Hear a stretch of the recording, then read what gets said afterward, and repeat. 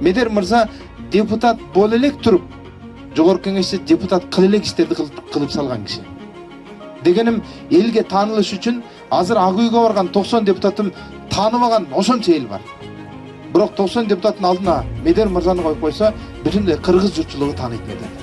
Анткени бул кишинин өзүнө сөзү дал келгендиги, көздөгөн максатын аягына чейин чыкмайынча жаны тынбаган момундай бир аракети ар дайым мени да суктандырат. Дегеним 7-нин 1 өтөт. Бирок ошол 7-нин 1 өтсө, калган 6 киши өткөн кишиге буттошпогула. Кандидаттар кимдир койгонун да билбейм. Болгон Медер мырзаны таанып билгеним үчүн 7-нин 1 ушул киши экен деп келдим.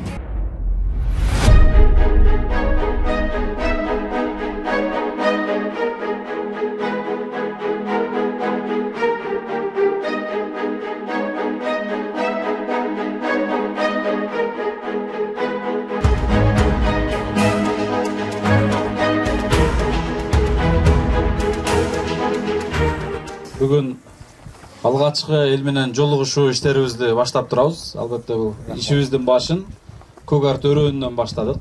Анткени биз дагы ушул Көк Арт өрөөнүнүн жээгинде Көк Арт суусун, Көк Арт дарыясынын суусун ичип чоңойгон балдарданбыз. Азыр агаларыбыз, агайларыбыз жакшы сөздөрүн айтып кетти. Ого негизи саясий сферада эмес, бирок элдин жанагындай кызматында бир 9-10 жылдан бери жүрөбүз. Албетте бүгүнкү биздин негизги программабыздын бири буга чейин 9 жыл бою ушул элдин муктаждыгын, мекенибиздеги жакырчылыкты жоюу, эң негизгиси ооруп аткан бир туугандарыбыздын ден соолугуна себепкер болуу, үйсүз, жайсыз квартираларда жашап жүргөн бир туугандарыбыздын мына ошол үйлүү болушуна себепкер болуу, мына ушунун негизги чоң форматтагысы негизги программабыз мына ушундай. Бирок бир эле бул менен чектелбестен азыр биз ушул жерлерде эл менен жолугушуу өткөрүп, анан элдин кандайдыр бир талаптарын, элдин көйгөйлөрүн, элдин ичинен баардыгын көрүп чыгып, анан ошонун үстүндө колубуздан келишинче иштейбиз жана жасайбыз деген ниетибиз бар буюрса. Кутмандуу ушак күнүңүздөр менен ардактуу агайындар, бир туугандар, амансыздарбы? Алла таалам ар бириңиздерге берекелүү, өрнөктүү, бейишке татыктуу өмүр берсин. Кош келиңиздер. Эми кызматка аттанып аткан Медер мырзанын жанында медери болуп, жандоочу кийик аттырат, болбосо жого чаптырат деген кеп бар Кыргызда. Ар дайым ушул Медер мырза менен жанында жандап, кандай эмгек кылбасын, кандай аракетин жасабасын алдында туруп бердим. Анткени бул кишинин өзүнө сөзү дал келгендиги, көздөгөн максатын аягына чейин чыкмайынча жаны тынбаган момундай бир аракети ар дайым мени да суктандырат. Көп иш-чараны чогуу баштайбыз. Баштап аткан кезде деле менин көзүм жетпей аткан, балким жарымына жетпей кайта берсек болсо керек деп ичимде токтоп калган учурда да бул кишиге айтпайм да, мейке ушу бүтпөй калса керек, баштабай эле койбойлубу, кайта бербейлиби деп ичимде айтам. Өзүнө айта албайм, корком да. А бул киши ушундай бир көздөгөнүнөн кайтпаган бир киши, чындап көп иштерди мени таң калтырып жүрөт. Бүгүн дагы аябай таң калтырды. Чалаттагы айтпай жүргөн бир ишим бар досум. Эмне болду? Ушундай жеке өзүмдүн атымды Ак үйгө бир салып көрөйүн. Жеке мандатын коюп аттыр. Мен дагы жалгыз шайлоодон бир өтүп көрөйүн, аракетин кылып көрөйүн. Шок болуп келдим, дагы таң калып келдим. Дагы эмнени баштадың деп элем. Негизи бир нерсени айтайын. Урматтуу эл, эл шайлоодон чарчап калган учурда, шайлоого депутаттардын баягындай кооз сөздөрүнө алданып, койчу деп тажап калган учурда, кайра момундай шайлоо болгондо мурдагыдай батпай калган эл таппай калды азыр, жок андай эл. Чын бул. Бирок ошентсе да мына саналуу эл келдиңиздер, айыл тургундары, эртең айыл топур, той топур болот, отуруштар болот, башка болот, кологошуу болот. Баяка мечитке барасың, базар учарга барасың, кологонушу менен көрүшкөн кезде мына кандидатурасын койгон, азыр өзү айтып отурат, 7 киши калды дейт. Мен ойлойм 7 киши Жалал Абадтын, Сузактын 7-нин бири кызыр, ар бир өзүнчө бир кызыр жылуулугун кыйындар.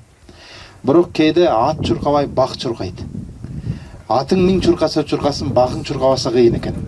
Дегеним жетинин бири өтөт.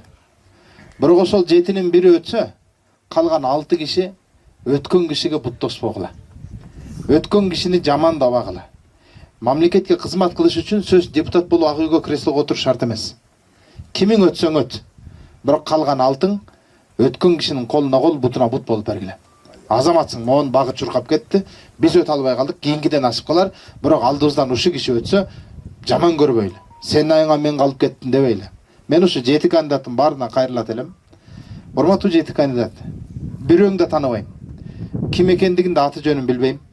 Азыр мен эми түз эле келдим, Жалал абадка биринчи жолу келип атам, көптөн бери келелекмин. Кандидаттар кимдир койгонун да билбейм. Болгон Медер мырзаны таанып билгеним үчүн 7-нин бири ушул киши экен деп келдим. Бирок 7 кишинин ар бирине биринчи окуя ушул. Мен Египеттен келдим, Африкадан. Бир окуя айтайын. Африкада эне бир кара денелүү кишилер, негрлер кувшиндан жин чыгарып алды дейт. Анан жин тилегиңди. Ар бириңдин бирден гана тилегиңди ишке ашырам дейт. Ошентип отуруп жанагы ар бири бирден тилегин айта баштайт. Биринчисинин тилегин караңыз. Мени агартып койчу дейт экен да. Макул, агартып коет. Экинчисинен мени да агарт, ал да агартат. 3, 4, 5, 6-чы бардыгын агартып кой деп ниет кылат. Болду, бир эле. 7-чи кезек келгенде 7-чим дейт. Мен бир эле тилегим кабыл аласың ооба. Анда мен тилегим ушул. Ана 6-өөнү кайра карайтып кой дейт, болду дейт. Болду ушул дейт. Дегеним бүгүн заман ушундай. Анал көрө албастыктын заманында жашап атабыз. Ана 6 агарып кетсем эмне эле? Же тескеринче 6 мунага тескери. Айтор эмнеси болгон тагдырда да мен ушу 7 кандидатка айтарым ушул. Бири-бириңе көрө албастык кылып, бири-бириңди мына ушул болгон 17 күндүк агитация учурунда бири-бириңе жамандап, ана мындай, мына мындай деп эл алдына чыгып сүйлөбөй, жеке өзүңдүн программаңды сүйлөгүлө.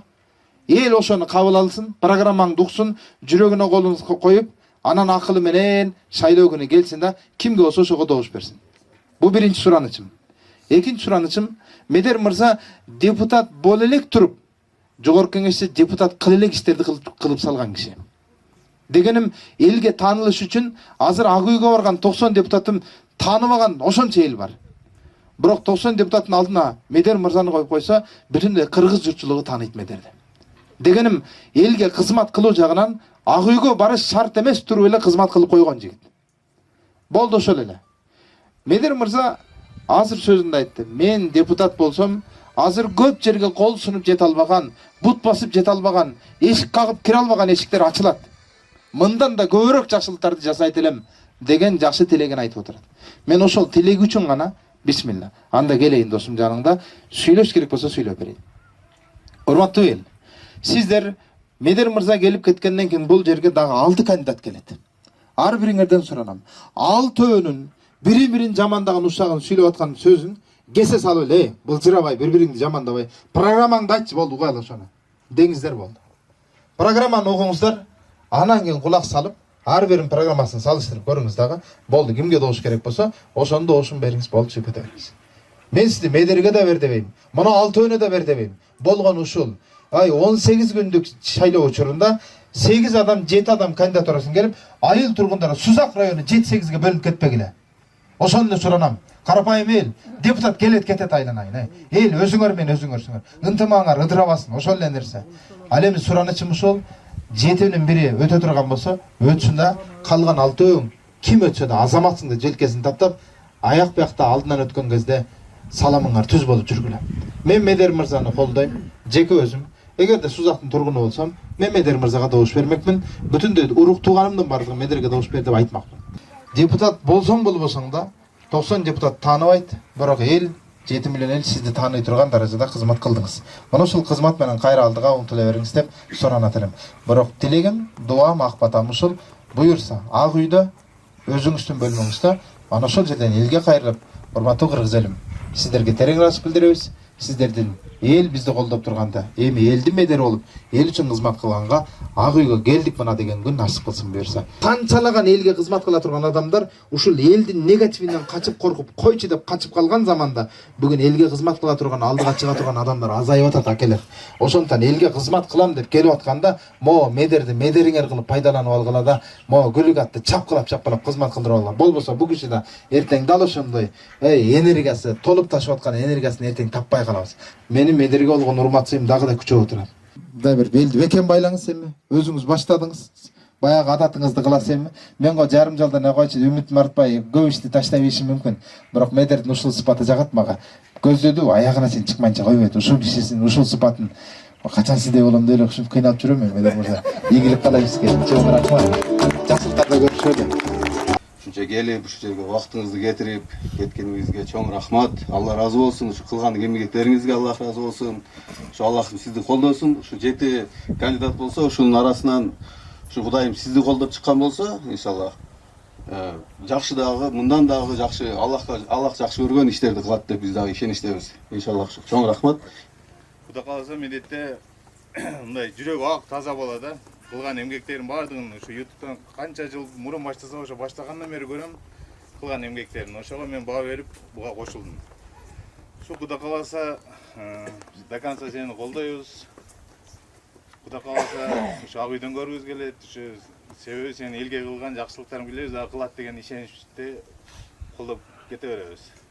Кебетең деле жакшынакай, депутаттыкка ылайык, кылган иштериң бир жакшынакай балакесиң. Кудайым ден соолук берсин, узун өмүр берсин. Ушу Кудайым сага депутаттыкты насип кылсын. Ушу Көгарт элине дагы бүткүл элге жакшылык кылып гана жүрө бер балам. Башыңан ак балбагың түшпөсүн. Сен да депутат болсоң, биз да сүйүнөбүз. Биздин шайлаган балабыз деп. Ийгилик ар дайым жолуң ачык болсун. Тилек максатыңа жете бер, миң эселеп балам. Амин.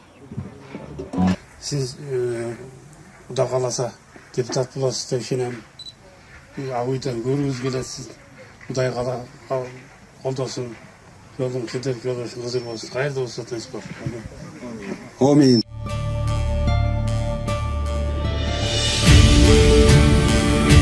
Тарыхтын такасында чегелендик, ташкында кемер бузган сел өңдөндүк, тагдырдын тандырында алоолонуп, тагдырдын калбырында көп ээлендик.